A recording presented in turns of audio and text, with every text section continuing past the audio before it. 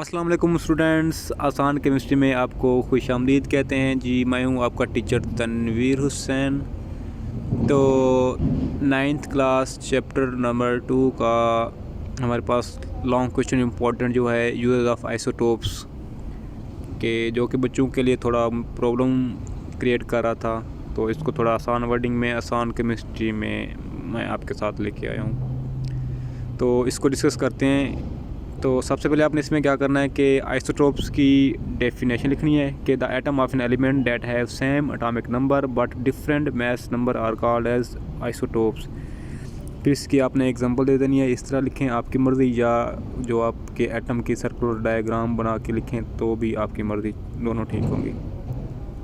इसके बाद आपने हेडिंग देनी है यूजेस की। उसके नीचे 2 लाइन लगानी है कि आपने फिर लिखना है कि इसके आइसोटोप्स के फॉलोइंग यूजेस होते हैं। सबसे पहला uses treatment of cancer.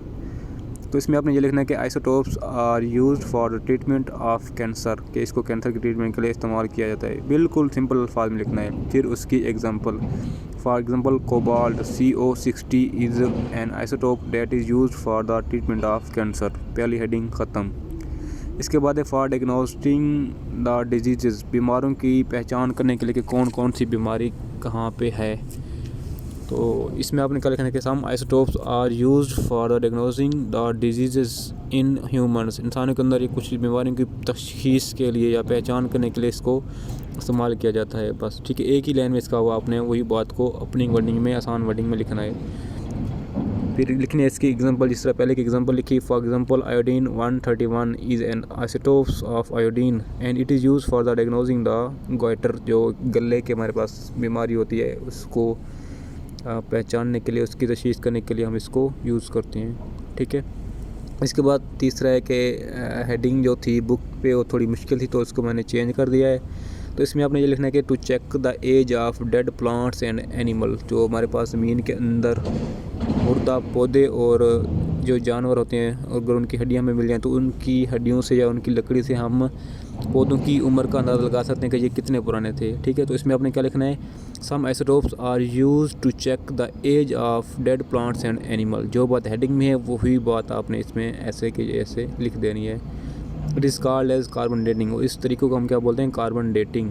For example carbon 14 is use for this purpose, इस प्रोसेस के लिए हम क्या करते हैं, कार्बन 14 को यूज़ करते हैं। ये आपका हो गया तीसरी हेडिंग। चौथी हेडिंग में आप लिखना है to check the structure of compound, कि हमारे पास कुछ कंपाउंड की स्ट्रक्चर, जिस तरह आपने पढ़ा था स्ट्रक्चर फार्मूला, केमिकल फार्मूला, तो उसकी स्ट्रक्चरल फार्मूले को चेक करने के लिए हम इन आइसोटोप्स को यूज़ करते हैं। तो इसमें आपका लिखेंगे some isotopes are used for structure checking of compound. For example carbon 14 is use for the structure checking of carbon dioxide, कि कार्बन डाइऑक्साइड की स्ट्रक्चर को चेक करने के लिए हम कार्बन 14 को यूज़ करते हैं। ठीक है।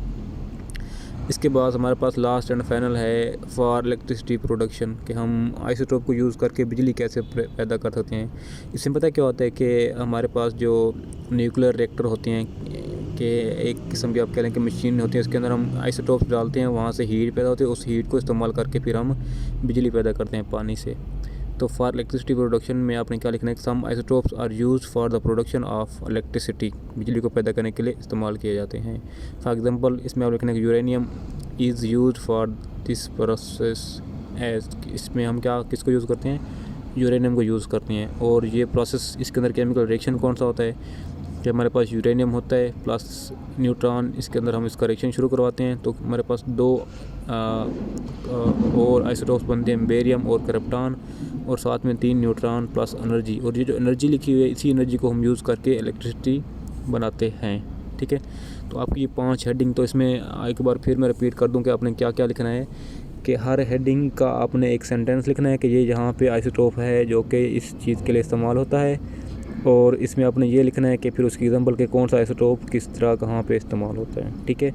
ये आपको बिल्कुल आसान वर्डिंग में, खुला खुला और अच्छी प्रेजेंटेशन में मैंने यहाँ से लिख के दी है। तो आपने भी इसको थोड़ा सा इसी तरह हेडिंग के लिए, हेडिंग के में इसको इस्तेमाल करके लिखना है, ताकि आपके कम से कम 1 से 2 पेजेस तकरीबन भर जाएँ, जो कि काफ़ी होंगे एक लॉन्ग क्वेश्चन के लिए। चलें जी, आज के लिए इतना, मिलते हैं नेक्स्ट वीडियो में। खुदा हाफिज़, अपना ख्याल रखिएगा। और अच्छा जी, हाँ, इसके यही PDF के नोट्स मैं डिस्क्रिप्शन में इसका लिंक दे दूँगा, आप लिंक पे जब क्लिक करेंगे तो फ़ौरन वो आप मेरे ड्राइव में पहुंच जाएंगे। वहाँ ड्राइव में जाके ये वाले नोट्स खोल के उसके ऊपर 3 डॉट्स आएंगे कोने में, वहाँ पे क्लिक करके वहाँ पे ऑप्शन आएगा डाउनलोड का, तो आप इनको डाउनलोड कर सकते हैं, ठीक है, या वहाँ से रीड भी कर सकते हैं जस्ट। चलें जी, मिलते हैं इंशाल्लाह नेक्स्ट वीडियो में। खुदा हाफिज़।